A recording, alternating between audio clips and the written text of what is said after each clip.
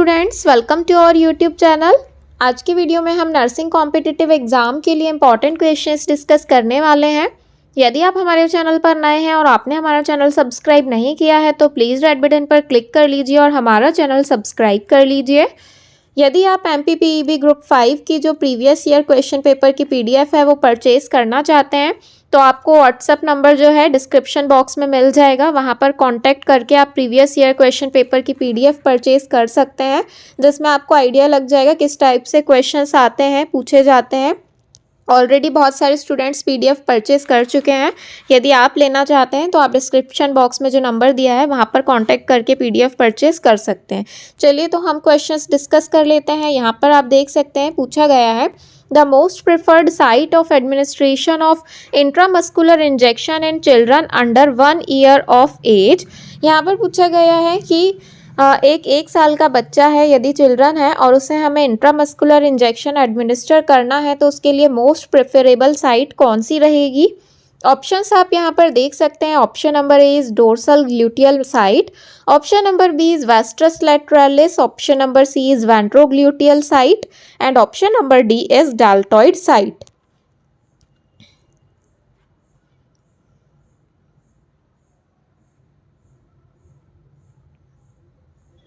तो यहाँ पर इसका जो राइट आंसर है that is option number B, vastus lateralis जो थाई मसल होती है वहाँ पर इंट्रामस्कुलर इंजेक्शन एडमिनिस्टर किया जाता है।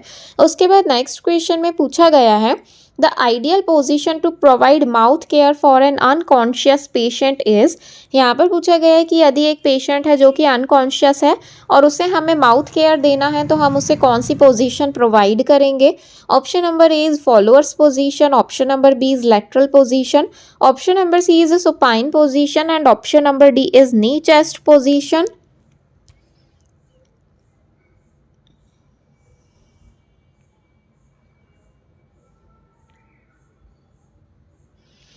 तो यहाँ पर इसका जो राइट आंसर है that is option number B, lateral position. यदि पेशेंट जो है अनकॉन्शियस है और हमें पेशेंट को माउथ केयर प्रोवाइड करनी है तो हम पेशेंट को लैटरल पोजीशन प्रोवाइड करते हैं। उसके बाद नेक्स्ट क्वेश्चन में पूछा गया है the most central and accessible artery to check pulse in children over 1 year of age is. यहाँ पर पूछा गया है कि यदि एक चाइल्ड है जो कि 1 ईयर ऑफ एज को कंप्लीट कर चुका है और उसका हमें क्या करना है, आर्टरीज को चेक करना है, पल्स चेक करना है, तो हम कौन सी जो एक्सेसिबल आर्टरी है, कौन सी आर्टरी को फील करके जो है पल्स को चेक कर सकते हैं। Option number A is brachial artery, option number B is carotid artery, option number C is dorsalis pedis and option number D is popliteal.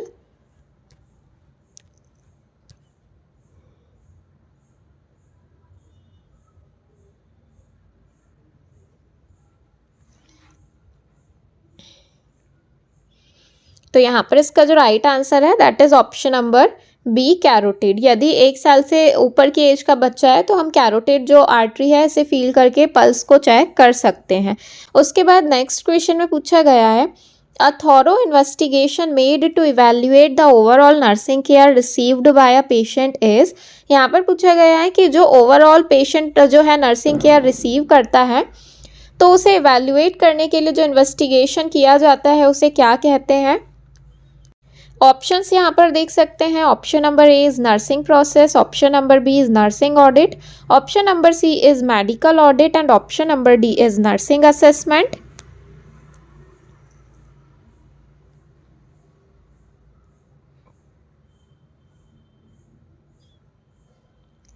तो यहाँ पर इसका जो राइट आंसर है that is option number B, nursing audit. यदि हम patient की पूरी ओवरऑल नर्सिंग केयर, कौन कौन सी केयर हमने प्रोवाइड की, उसे एवेल्युएट करने के लिए जो इन्वेस्टिगेशन किया जाता है उसे नर्सिंग ऑडिट कहते हैं। उसके बाद पूछा गया है a patient fall due to improper application of restraint in the ICU is an act of. यहाँ पर पूछा गया है कि एक पेशेंट है जैसे ICU में जो एडमिट था और उसे हमने इम्प्रॉपर वे में रिस्ट्रेंट, मतलब जो पेशेंट को रिस्ट्रेन करते हैं, बांध के रखते हैं, जो ओवर एक्टिव पेशेंट्स रहते हैं, तो यदि वो इम्प्रॉपर हमने उसको जो है रिस्ट्रेन किया हो जिसकी वजह से पेशेंट गिर गया हो, फॉल हो गया हो, तो वो इसमें से हमारा कौन सा जो है प्रैक्टिस कहलाएगी। Option number A is assault, option number B is battery, option number C is negligence and option number D is fraud.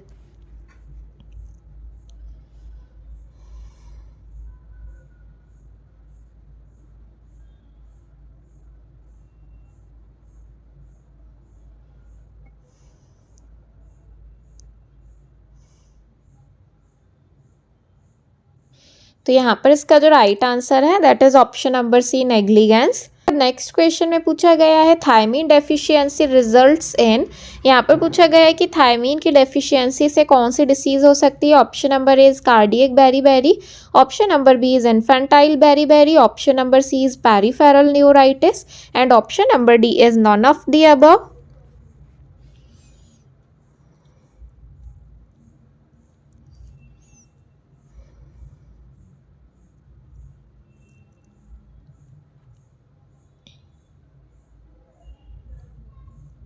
तो यहाँ पर इसका जो राइट आंसर है that is option number A, cardiac beriberi.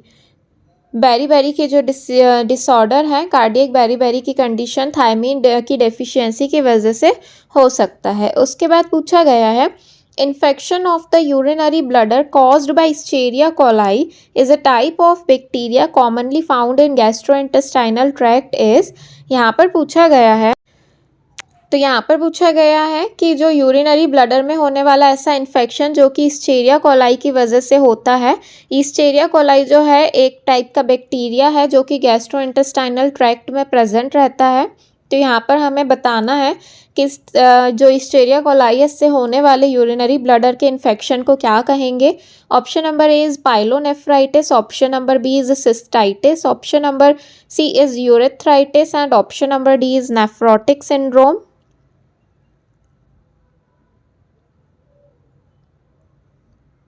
यहाँ पर इसका जो राइट आंसर है that is option number B, cystitis. Cystitis की कंडीशन होती है जब यूरिनरी ब्लडर में यदि इन्फेक्शन हो जाए Escherichia coli बैक्टीरिया के कारण। उसके बाद पूछा गया है sign and symptom of asthma include all except. यहाँ पर पूछा गया है कि ये सभी अस्थमा के साइन एंड सिम्टम्स हो सकते हैं किसी एक को छोड़ के। Option number A is shortness of breath, option number B is fever, option number C is wheezing and option number D is chest pen.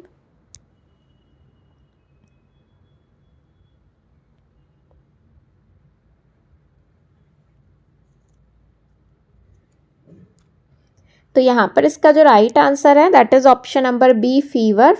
Asthma की वजह से जो है फीवर के सिम्टम्स देखने को नहीं मिलते हैं। शॉर्टनेस ऑफ ब्रीथ, वीजिंग और चेस्ट पेन के सिम्टम्स हमें देखने को मिल सकते हैं। उसके बाद पूछा गया है blood glucose values above normal but below those diagnostic diabetes occurring during pregnancy is. तो यहाँ पर पूछा गया है कि जो ब्लड की एक प्रेग्नेंट वुमन है जिसका ब्लड ग्लूकोज की जो वैल्यू है वो नॉर्मल से तो अबव आ रही है लेकिन जो डायबिटीज़ का डायग्नोस्टिक रहता है उससे बिलो है, तो हम उसे क्या कंसीडर करेंगे। Option number A is type first diabetes, option number second is type second diabetes, option number C is gestational diabetes and option number D is insulin resistant syndrome.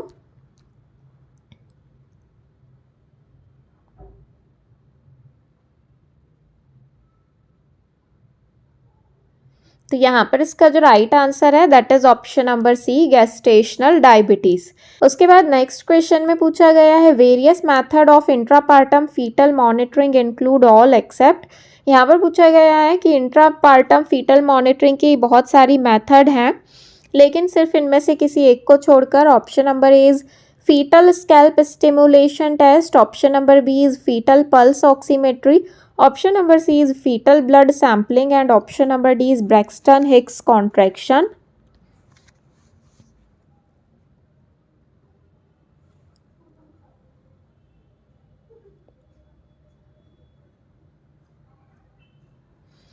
तो यहाँ पर इसका जो राइट आंसर है that is option number D, Braxton Hicks contraction. जो यहाँ पर जो भी टेस्ट दिए गए हैं जैसे fetal scalp stimulation test, fetal pulse oximetry and fetal blood sampling, ये सारे ही मेथड्स यूज़ किए जाते हैं इंट्रापार्टम फीटल को मॉनिटर करने के लिए। लेकिन जो ब्रैक्सटन हिक्स कॉन्ट्रैक्शन है ये कोई मेथड नहीं है, कॉन्ट्रैक्शंस जो आते हैं उन्हीं का नाम है, इसलिए इसका राइट आंसर यही है। उसके बाद पूछा गया है patient is diagnosed to have insomnia, the term insomnia means. यहाँ पर पूछा गया है कि एक पेशेंट है जो इंसोम्निया से डायग्नोज किया है, तो यहाँ पर हमें बताना है इंसोम्निया के लिए क्या टर्म यूज़ की जाती है। Option number A is inability to think, option number B is inability to move, option number C is inability to eat and option number D is inability to sleep.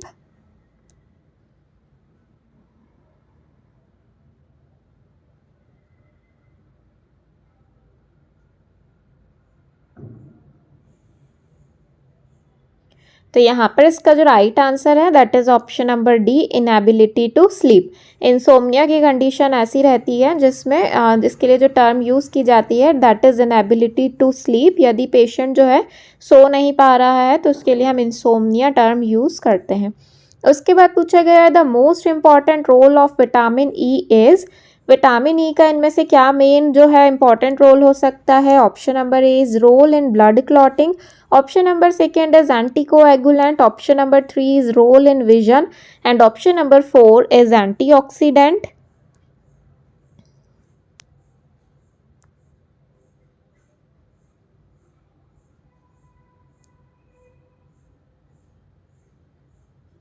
तो यहाँ पर इसका जो right answer है that is option number 4, antioxidant. Vitamin E का जो most important role है वो है एंटीऑक्सीडेंट। उसके बाद पूछा गया है hyperemesis gravidarum is characterized by. यहाँ पर पूछा गया है कि हाइपर एमेसिस ग्रेविडरम जो है उसकी क्या विशेषता है या कौन से सिम्टम्स हमें देखने को मिलते हैं इस कंडीशन में? Option number A is fluid and electrolyte imbalance, option number second is severe nausea and intractable vomiting, option number 3 is sine of pregnancy and option number 4 is psychological problems.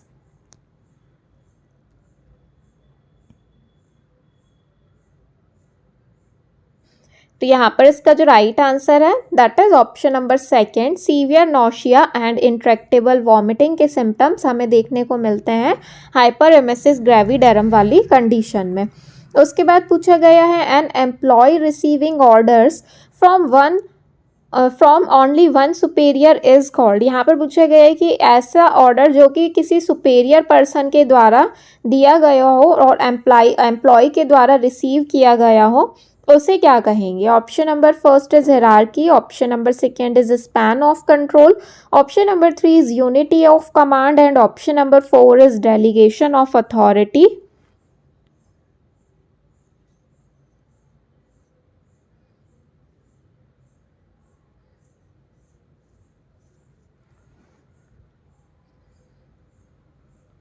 तो यहाँ पर इसका जो राइट आंसर है that is option number 3, unity of command.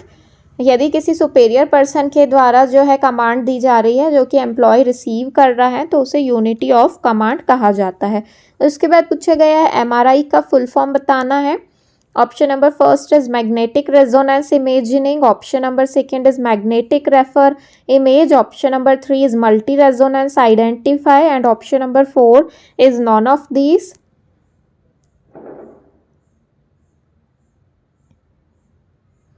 तो यहाँ पर इसका जो राइट आंसर है that is option number first, magnetic resonance imaging.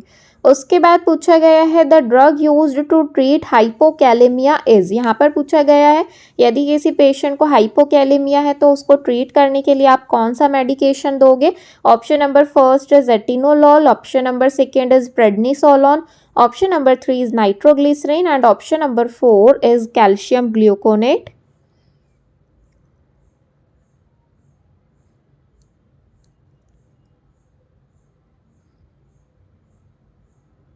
तो यहाँ पर इसका जो राइट आंसर है that is option number 4, calcium gluconate. यदि पेशेंट को हाइपोकैल्सीमिया हो गया है मतलब जो ब्लड है उसमें कैल्शियम का लेवल डिक्रीज हो गया है तो हम पेशेंट को कैल्शियम ग्लूकोनेट एडमिनिस्टर करेंगे। उसके बाद पूछा गया है what is the main theme for international yoga day 2021।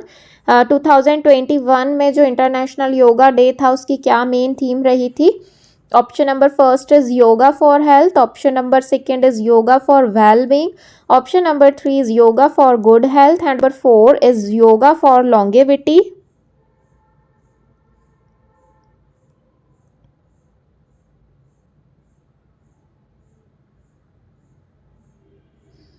तो यहाँ पर इसका जो राइट आंसर है that is option number second, yoga for well being. 2021 में जो इंटरनेशनल योगा डे की थीम थी वो थी योगा फॉर वेल बीइंग। उसके बाद पूछा गया है the route through which the infectious agent enters the host is called. ऐसी रूट ऑफ एंट्री जहाँ से जो इन्फेक्शियस एजेंट है वो एंटर करता है होस्ट की बॉडी में उसे क्या कहेंगे? Option number A is portal of exit, option number second is portal of entry, option number 3 is site of election and option number 4 is transmission route.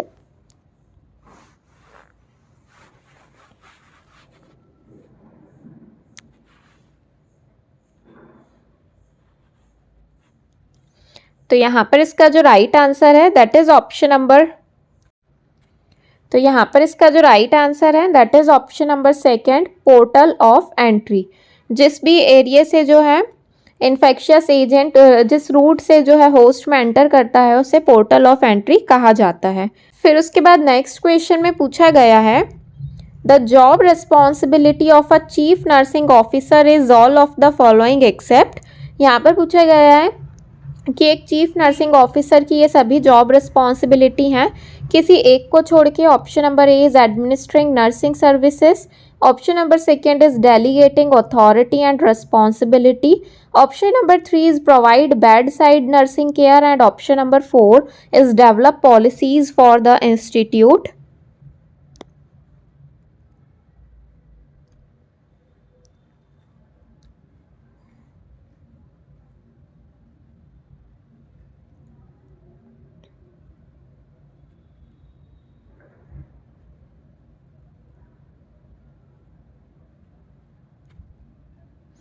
तो यहाँ पर इसका जो राइट आंसर है that is option number three, provide bed side nursing care. जो chief nursing officer होते हैं वो bed side nursing care provide नहीं करते हैं, बाकी एडमिनिस्ट्रिंग नर्सिंग सर्विसेज को एडमिनिस्टर करने का काम करते हैं और जो भी अथॉरिटीज़ रिस्पॉन्सिबिलिटी रहती हैं उन्हें डेलीगेट करते हैं और जो भी पॉलिसीज़ रहती हैं इंस्टीट्यूट के लिए उन्हें डेवलप करने का काम करते हैं। लेकिन बेड साइड नर्सिंग केयर जो है प्रोवाइड नहीं की जाती है।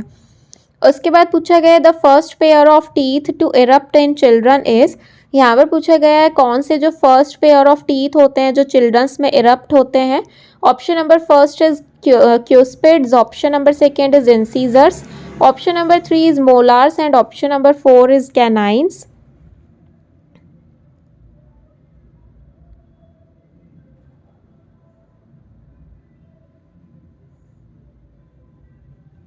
तो यहाँ पर इसका जो राइट आंसर है that is option number second, incisor. जो फर्स्ट टीथ जो चिल्ड्रंस में इरप्ट होते हैं उन्हें इंसीजर कहा जाता है। उसके बाद पूछा गया है skin rashes are important clinical feature of. यहाँ पर पूछा गया है कि जो स्किन रैशेज अगर हो रहे हैं पेशेंट में तो वो किस चीज़ का क्लिनिकल फीचर हो सकते हैं, इंपॉर्टेंट क्लिनिकल फीचर हो सकते हैं। Option number first is tuberculosis, option number second is AIDS, option number three is measles and option number four is tetanus.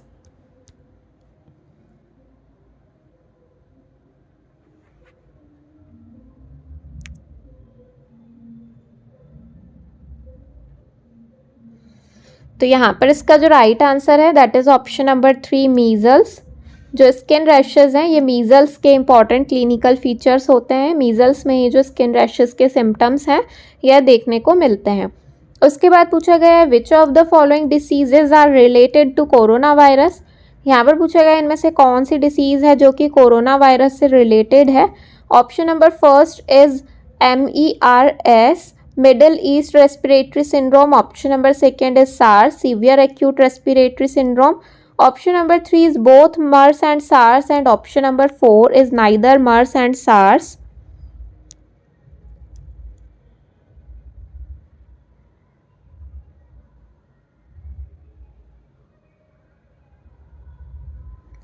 तो यहाँ पर इसका जो राइट आंसर है that is option number three, both MERS and SARS। Middle east respiratory syndrome और severe acute respiratory syndrome ये दोनों ही जो हैं कोरोना वायरस से रिलेटेड हैं। उसके बाद पूछा गया the ability of an infectious agent to invade and multiply in a host is called. यहाँ पर पूछा गया है ऐसी एबिलिटी जो कि इन्फेक्शियस एजेंट को,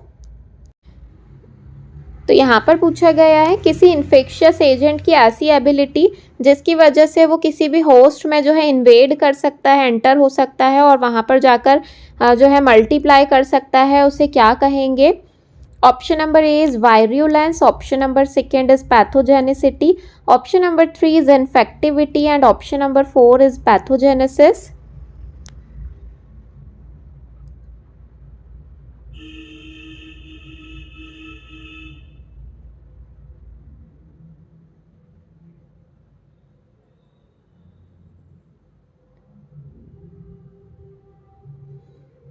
तो यहाँ पर इसका जो राइट आंसर है that is option number first, virulence. Virulence जो है ऐसी एबिलिटी होती है कि किसी भी इन्फेक्शियस एजेंट की, जिसकी वजह से वो होस्ट में एंटर करके वहाँ पर इन्वेड कर सकता है और मल्टीप्लाई कर सकता है, इन्वेड करके मल्टीप्लाई कर सकता है। उसके बाद पूछा गया है the agent used to stabilise oral polio vaccine is. यहाँ पर पूछा गया है ओरल पोलियो वैक्सीन को स्टेबलाइज करने के लिए कौन सा एजेंट यूज़ किया जाता है। Option number first is sodium chloride, option number second is potassium chloride, option number 3 is magnesium chloride and option number 4 is sodium sulphate.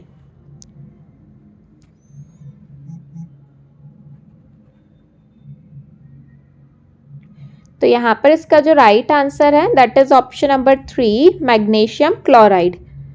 Polio vaccine को स्टेबलाइज करने के लिए मैग्नीशियम क्लोराइड जो एजेंट है ये यूज़ किया जाता है। उसके बाद पूछा गया है fluids are normally found in all of the following spaces except. यहाँ पर पूछा है कि जो फ्लूइड होता है हमारे बॉडी में, जो फ्लूइड रहता है वो इन सभी प्लेसेस में जो है स्पेसेस में प्रेजेंट रहता है, सिर्फ किसी एक को छोड़ के। Option number A is intravascular space, option number second is intracellular, option number 3 is interstitial and option number D is intradermal.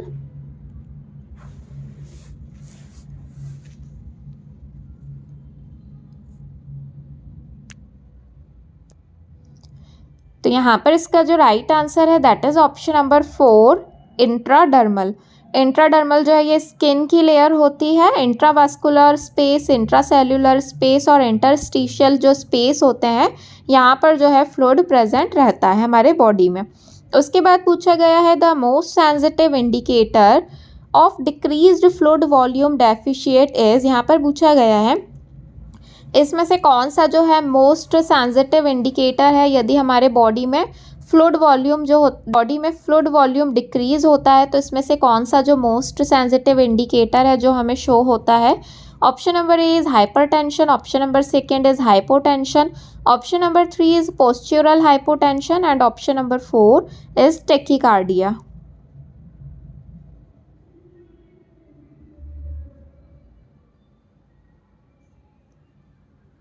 तो यहाँ पर इसका जो राइट आंसर है that is option number 3, postural hypotension. जो पोस्चुरल हाइपोटेंशन है ये हमें सिम्टम्स देखने को मिल जाता है यदि क्या हो रहा हो, फ्लूइड का वॉल्यूम डिक्रीज हो रहा हो, तो मेन इंडिकेटर क्या रहेगा उस टाइम पर, पोस्चुरल हाइपोटेंशन। फिर उसके बाद पूछा गया है injection potassium has to be administered as. यहाँ पर पूछा गया है इंजेक्शन पोटेशियम जो है कैसे एडमिनिस्टर किया जाता है। Option number first is intramuscular injection, option number second is intravenous bolus, option number 3 is intradermal and option number 4 is intravenous with fluid.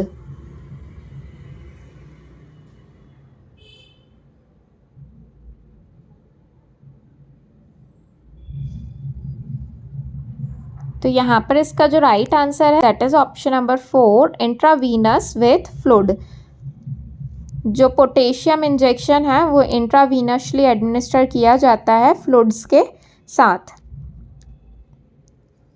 फिर इसके बाद नेक्स्ट क्वेश्चन में पूछा गया है opening of a wound with exposure of internal organ is called. यहाँ पर पूछा गया है कि यदि किसी वुंड में क्या हो गई हो, ओपनिंग हो गई हो और जो इंटरनल ऑर्गन्स हैं वो एक्सपोज हो रहे हो तो उसे क्या कहेंगे। Option number first is dehiscence, option number second is evisceration, option number 3 is keloid formation and option number 4 is Easter.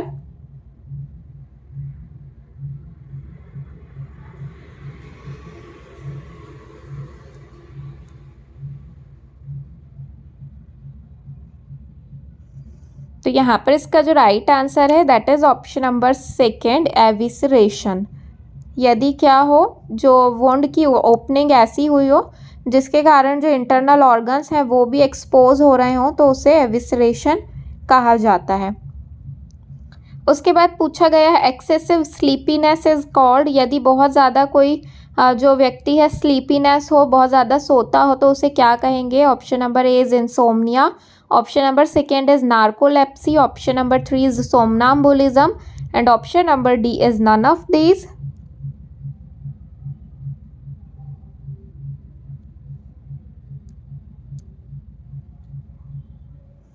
तो यहाँ पर इसका जो राइट आंसर है that is option number second, narcolepsy. Excessive sleepiness वाली कंडीशन को narcolepsy कहा जाता है। फिर उसके बाद पूछा गया है hyperactive bowel sound is called as. यदि बहुत ज़्यादा हाइपर एक्टिव बॉवल साउंड सुनाई दे रहा हो तो उसके लिए हम क्या टर्म यूज़ करेंगे। Option number A is tenesmus, option number second is borborygmus, option number 3 is haematochezia and option number 4 is हेमाटेमेसिस।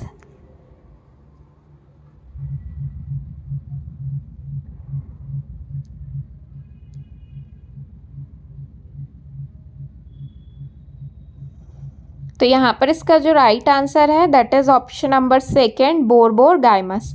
यदि क्या हो जो बॉवल्स मतलब इंटेस्टाइन होती हैं वो बहुत ज़्यादा हाइपर एक्टिव हो रही हो जिसके कारण जो साउंड प्रोड्यूस होता है उसे बोरबोरगाइमस साउंड कहा जाता है। तो आज के वीडियो में हमने नर्सिंग कॉम्पिटिटिव एग्ज़ाम के लिए इंपॉर्टेंट क्वेश्चंस डिस्कस किए हैं।